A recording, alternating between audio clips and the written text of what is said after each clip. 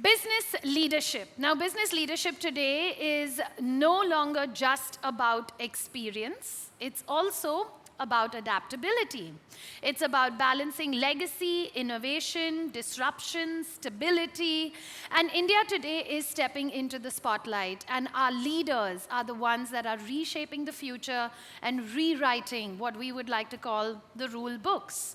So to explore what this leadership transformation should look like, we have an outstanding panel coming and joining us. With over 25 years of experience in consulting, technology, as well as outsourcing, we're absolutely delighted to have with us the CEO of Capgemini in India, Ashwin Yardi. Let's also now welcome onto our stage a dynamic leader who has transformed Marico into a high-performance business with a strong global presence across 25 countries. Please put your hands together for the Managing Director and Chief Executive Officer of Marico Limited, Saugata Gupta. Coming and joining us on this panel, no stranger to this stage, we have our Chairperson, NASCOM, and MD, SAP Labs, India. Please put your hands together for Sindhu Gangadharan. And to host this session, she brings in 2 decades of journalistic experience with sharp insights and thought-provoking perspectives. We're delighted to have with us Surabhi Agarwal, the technology editor at the Economic Times, India's leading financial daily. Over to you, ma'am. Thank you and welcome once again to all of you to the NTLF2025. I hope all of you are having a great Tuesday. So as the session title suggests, this is a new India and leadership is evolving. Probably there is no option. I believe technology landscape is changing so quickly. There are wars, new wars every day, tariffs to be navigated. I believe leadership doesn't really have a challenge, doesn't have a really option to navigate this huge challenge. So before I start this panel, some numbers for you all. If you look at the NSE 500 company data, the average age of an Indian CEO is about 57 years old. It's almost comparable to the Fortune 500 number, which is about 57.7 years. But the number of young CEOs, which is CEOs under the age of 40, is rising. In the last 5 years, the number of under 40 CEOs has significantly gone up. Things certainly are changing. And now, of course, we have AI. So let me open up this panel with you, Sindhu, first. Sindhu, as India is harboring ambitions of being a developed nation by 2047, there's a lot that needs to change. As you, in terms of you as a leader, what are some of the things that you see that need to change and very quickly? First of all, great to be here, Surabhi, and good afternoon, everybody. And I think it's a very pertinent topic of the hour in terms of what are some of the aspects when we talk about new age leadership, right, as you called it, because these are times which are extremely uncertain. Also, change is happening constantly. So I always refer back to these 3 A's, as I call it, right, which is, first of all, I think when we talk about leadership, it has to be authentic. I mean, no matter what we do, it's also important that we acknowledge who we are, where we come from, and what we know, because once we are clear about that and clear about where we want to go, you can always rally together people to get to where you want to go. So that authenticity, I think, is my number 1 A in terms of what we have to have in the new age leadership. The second thing, which I always, and particularly in these times, Surabhi, is adaptability, right? And I guess there's no other option. If you're talking about being resilient to change, the fact that we have to be adaptable to change comes as my second A. And the third, given everything that's happening around us and the pace at which change is happening, and given that we want to drive the change and lead the change, it's also about agility, right? And that's my third A. So I'd kind of boil it down to being authentic, adaptable, and agile. Right. With that 3 A's, I'll go to the fourth A in the room, which is Ashwin. Ashwin, having led Capgemini for so many years, I think AI is sort of the big scare as well as an opportunity in the room. I wanted to ask you that, as a huge IT organization, how are you navigating this change? How are you readying the company's workforce, and especially the next rung of leaders for this challenge? So I thought I would start with a quick anecdote, and since it's all about leadership and something which is probably pertinent to this group, so I was reading one of the books. So if anybody who has read a book called "Winning from Within," it's by Erica Fox. So she calls out 4 different types of leaders. Okay, so typically the 4 CXOs. So first is classically the CEO. She says the CEO is a warrior. Okay, you look at CHRO. A CHRO is supposed to be a lover. Okay, you look at CFO. CFO is a thinker. Okay, and by the way, the CEO is supposed to be a dreamer. Okay, so based on whatever your roles are, you probably need to think. Interestingly, there is no CIO in her book. Okay, and I probably believe there are a lot of CIOs in this room.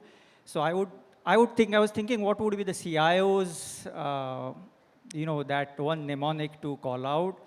And I thought probably, no pun intended, but could be a developer or an architect. Okay, because they are the ones who are building the backbone of the organization. So just to, keeping that just for a lighter reference. So see, today when you look at it and building already on tech as well as what something Sindhu called out, we have a couple of interesting phenomena to deal with in IT industry. First, we have a huge scale. Second, very important factor is the talent we deal with. As you said, CEOs, average age, 57 or younger one. The India's demographics, if you look at it, average age of India is 28 years old. If you look at most of us in the IT industry, that's our average age. And I'm way past of the other side of it. Okay, so the challenge we all face is there's such a rapid transformation happening on the tech side. At the same time, you have to deal with talent, which is very different. Okay, and one of the first things, and it actually very much aligns to what Sindhu said about 3 A's. One of the things which we did for adaptability. Okay, when I started as a CEO, it's my 7th year. Again, the talent we deal with, there's no way, and I don't understand why so many people in this room wear a suit. Okay, maybe it's slightly the AC is too high. One of the first things I changed was the dress code in our office. All 5 days a week is business casuals. Okay. Actually, I was thinking, should I wear a T-shirt and a jean? But I thought maybe I'll moderate it, find a middle ground. So I still was half formal, half informal. But that's the talent you deal with. Okay. Linked to that is the agility they want. Okay. And the agility is in every aspect of their career. If it's Gen AI today, they want to be trained in Gen AI. They want to do a project in Gen AI in the next few days. And by the time they are done, probably they want to do something in agentic AI. And by the time there will be something else, which Sindhu will launch in SAP, and they want to do a project in that. Okay. So you're dealing with that talent. And that's where you need to have tremendous agility of how do you train them. And not only train them, create a career map for them. Okay. And again, one of the things we started a few years ago is, we are 175,000 talent. We run a promotion cycle every quarter. Okay, so that's the talent you're dealing with. So, and, they want to be heard every now and then. So you have to be far more agile. Okay. We run employee surveys every quarter. Actually, not even quarter, probably every 6 weeks. Okay, because you want to hear from them, you want to adapt your policies, you want to adapt every aspect of your business towards them. So I think that's what, when you are in a highly agile, highly adaptive world, you need to do. And the last thing I would say is every leader in our industry should know the ABCs. And here the ABCs are AI, big data, and C is the cloud. So if you are a CEO today or you are a leader today, you need to ensure that you are on top of these ABCs to lead an organization, and especially a people organization at the scale most of the IT industry operates. Thank you, Ashwin, for that answer. So basically, instead of asking employees to adapt to large-scale organizations, I think large-scale organizations should adapt to new age employees. I think that's the message they're trying to say. Thank you so much. Before I go to Saugata, a quick raise of hands. How many here have Zepto or Blinkit on their phones, apps? So Saugata, there's your biggest disruption, and that's my next question to you. Your industry is completely being disrupted by quick commerce, right? It's a huge challenge. I think the entire retail landscape is being rewritten, so to speak, by the quick commerce companies. What are the lessons that you are taking from them, and what are the lessons that they could take from companies like Marico, which are household names? See, I think before coming to quick commerce, I must say that we are also a journey of converting ourselves to a consumer digital company, one of the very few legacy companies that have invested ahead of the curve in digital brands. And we coexist with Engine 1, which is our core, and Engine 2, which is new. Now, I think the difference is very simple. I think if you look at a legacy company, it's all about a repeatable model of growth, which drives with scale efficiency. In the case of a new age companies, obviously there's far more higher velocity of innovation, far more agility. You think big, start small, scale up fast, or you actually drop something very fast. So I think there's a completely business model which is different. It links itself to processes. And again, we believe that if you have good brakes in a car, actually you can ride at 120 miles an hour. Sometimes what happens, processes or become bureaucratic where people, I think speed and agility is this one. And I think a constant reinvention of business models. The other thing is, I think, talent, the kind of talent which you see. And today what's happening is, I think, both between legacy companies and new age companies in our sector or adjacencies, there's a convergence is happening, and there are a lot of things to learn. And I think the two biggest things to learn, I think, I would say is about how do you, in terms of agility, risk-taking, failing fast. And as I said, that at the end of the day, what new age companies can learn from us is what you call repeatable model of growth. When we look at our digital business, I tell them you take a choice of, I would be happy with a 30% growth with profitability, as opposed to 60% growth with a lot of cash burn. And as you know, we as a listed company, we have a responsibility towards all our stakeholders to do it in a responsible way, and that's why our digital businesses make money. And I think the other thing they're learning is that I think it's good to be compliant, governance, compliance, and I think and an approach to long-term approach to talent. And these are the things where I guess new age companies can learn from legacy companies. Thank you so much for raising that very important point of while growth is good, I believe it also has to be sustainable. And that is probably a debate that we need to talk a little bit more as India harbors its ambitions, and startups, I think, are going to play a huge role. Coming back to you, Ashwin, AI is going to be the biggest disruptor, probably not just tech companies, but every company in the world is going to be disrupted by AI. How do you go about looking at some of the startups, some of the new age companies that are disrupting this entire industry? What kind of notes are you taking from them? Tell us maybe one or two lessons that you've recently learned from, say, one of the companies and thought to yourself, okay, let me try this. So I think there are multiple aspects you can learn from the startups or the new age companies. First and foremost, again, they challenge us, and I'll again refer to, I don't want to sound pedagogic, but I read a few books, so some of them could be interesting for you to follow. If you look at what, Clayton Christensen talks about, it's a very classic, again, I would recommend if you've not read it, the innovator's dilemma, okay? Today, we are in a classic situation of how these new age companies are disrupting us. Fortunately, for a large part of us, a lot of these companies are disrupting our clients' business. Not that none of them would disrupt Capgemini's business. Of course, there are a lot of them who would disrupt or at least some of them could disrupt our own business. But what we are looking at is how several of them are looking at disrupting client business models.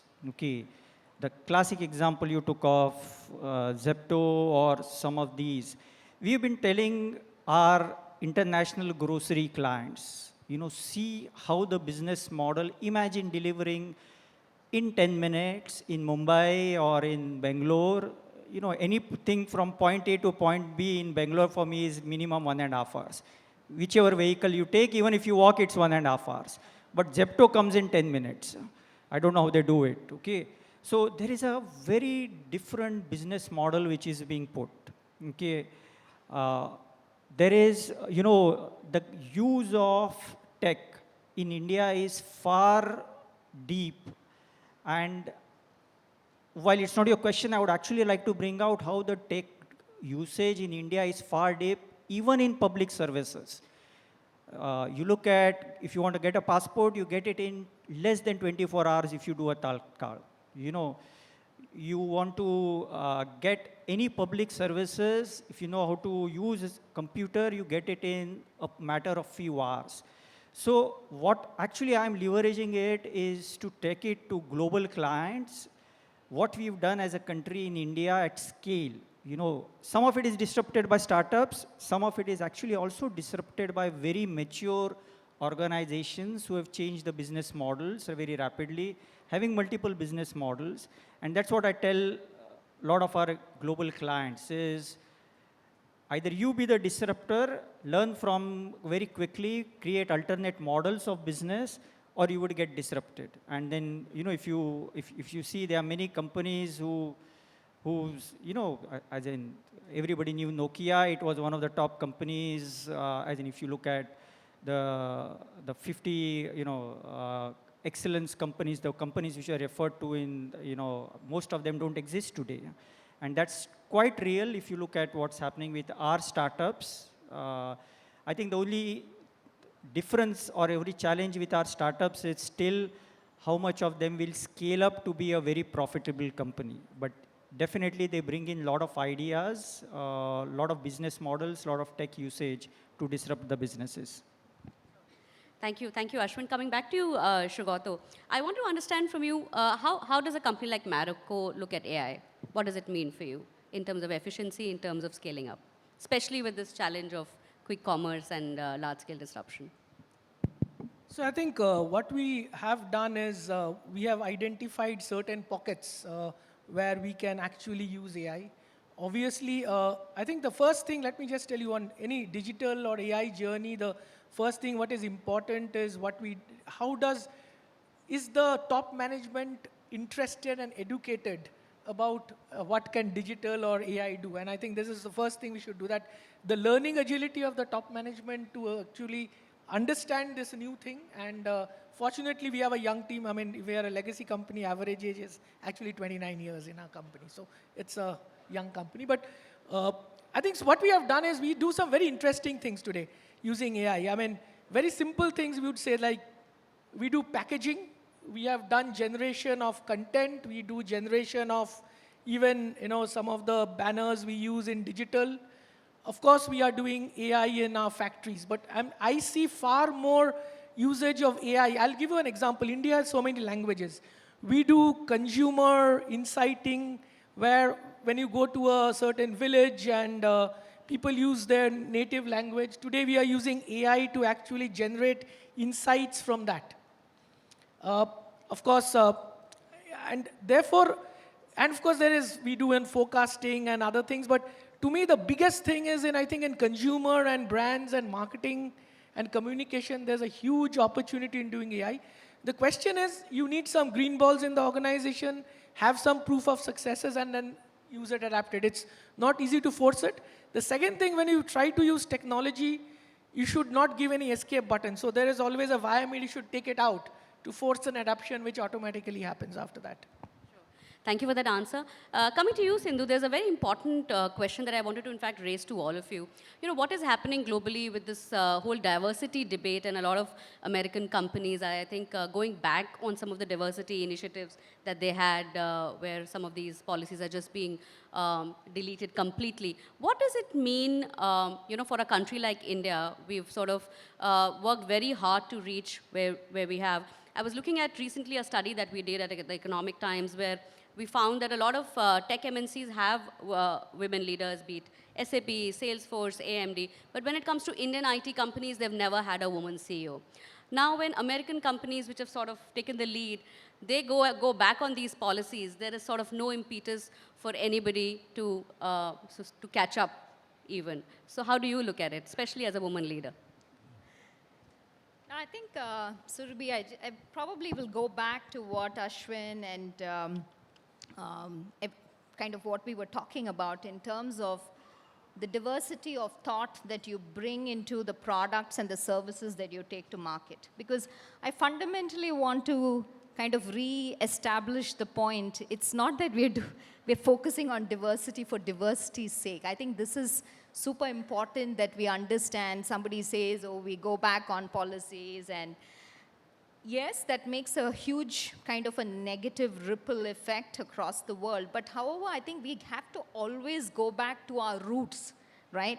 I mean, when we build for a diverse user base, I mean, you talked about digital, you talked about AI usage in Marico. I think it's super important that as we take products to global markets, our users are diverse. So how can it be that your leadership or your development teams, your product teams cannot be diverse, right? So for me, it is as fundamental as that. So if you want to kind of make sure that your products can be taken successfully across the globe, you have to make sure that you have that diversity reflected in how you engineer, how you build products, how you build those data models, how you train those algorithms. So it's as simple as that.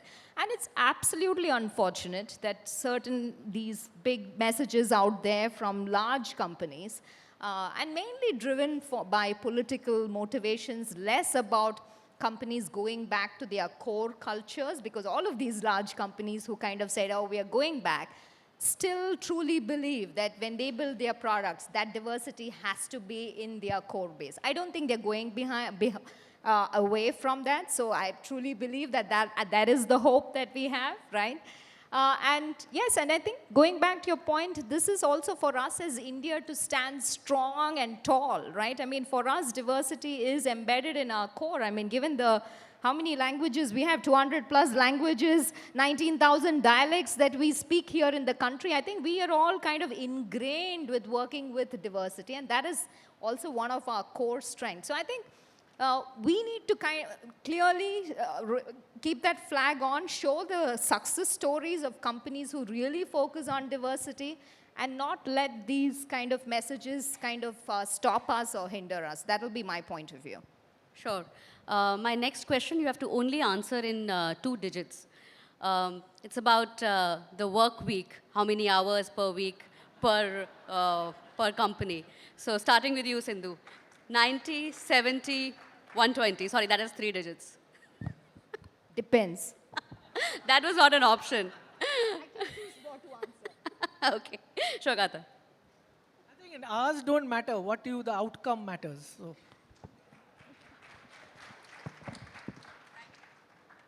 I would say it's 47 and a half. The reason why I say 47 and a half is that's our working hours. You know, 9.5 hours every day, 5 days a week. I have a guidelines, and some of my leaders are here. My guiding principle for last 4 years now is don't send an email on a weekend, even if it's an escalation, unless we know we can solve it on the weekend. And as I said, some of my leaders are there. I don't send any email. Now, do I work? Sometimes I do work, not that I don't, but I don't send any email, okay? Even if it's an escalation, because I just give grief to my team to worry about the escalation, knowing very well they can't solve it on the weekend, okay? So I've diligently been following that I don't send an email on weekend, okay? And the rest of it is 47 and a half, that's it could be slightly higher, but it's 5 days a week, not 7 days a week. So nobody stuck to the Thank you, thank you. Sindhu, your answer. No, nobody stuck to your question. No, that's fine, but you can elaborate on what you wanted to say, please. No, I go would ahead. stick to what you said. It's finally depends on the outcomes that you're trying to reach, right? And it's not boiling down to the number of hours. Sometimes you can do the same work in half an hour. Sometimes it takes 15 hours. So it really depends on what are the outcomes you're trying to reach. No question about that. Yeah, just want to add, I think if you love your work and you're good at it, I think it doesn't matter what is work and life. And I never have done out of office. That doesn't mean I don't enjoy my holidays. But at 11 o'clock in the night, if something crisis happens, it's my role, it's my duty, because the role demands to do it, I'll do it. That doesn't mean I'm sacrificing life. I think that's the approach. Thank you so much for that answer. I think a lot of wives and husbands will be very happy with that answer. All right. So just the closing, I think we're almost about time to end this session. And I wanted to ask all three of you, probably if you could, there are a lot of, I think, young aspiring leaders here. If in one line you had to give them a message, what would that be? Sindhu, starting with you. Yeah, I think finding joy, I would build upon, because finally, whatever you choose to do, if you want to excel in it, you have to find the joy in doing it, right? Because day in, day out, when you come back, I think that the excellence can only shine through if you truly find meaning, purpose, and joy in your work. And I think for our young engineers, young talent out there, find what you're truly passionate about, right? And then you can drive. Doesn't matter how many hours and all of that, weekends, doesn't really matter. But if you find that joy, I think outcomes will automatically follow. Whatever you do, I think there's no substitute for hunger and grit. As long as you have the hunger and grit is passion plus resilience, because both, I think, composes grit. I think, and the last thing is, I would say humility and learning agility. You have to be always learning. And today, for example, 5 years ago, I didn't know how to run a digital business. Today, if you ask me, and I don't need funds from someone, but I can start a digital business of my own if I want to do it. I would just say, especially in the world we are in today, I would say be authentic. It's very dynamic world. You get a lot of noise every day. You need to know what is your North Star and be authentic about it. The question again, D and I find it very ridiculous. 6 months ago, it was one of the most important things, with all due respect, for a lot of organizations. And now 6 months later, it's the least important. Okay, so why did you do it 6 months ago? Okay, so where's your leadership authenticity in it? And then again, the world is so dynamic. While you're authentic, you have to be adaptable. So be very adaptable while you keep always focus on what's your North Star. So that would be my advice to anybody who's aspiring to be a leader. Sure. Thank you so much for that very, very interesting conversation. I really enjoyed it. Let's have a loud round of applause for all the panelists here. Thank you so much for listening. Thank you. Thank you.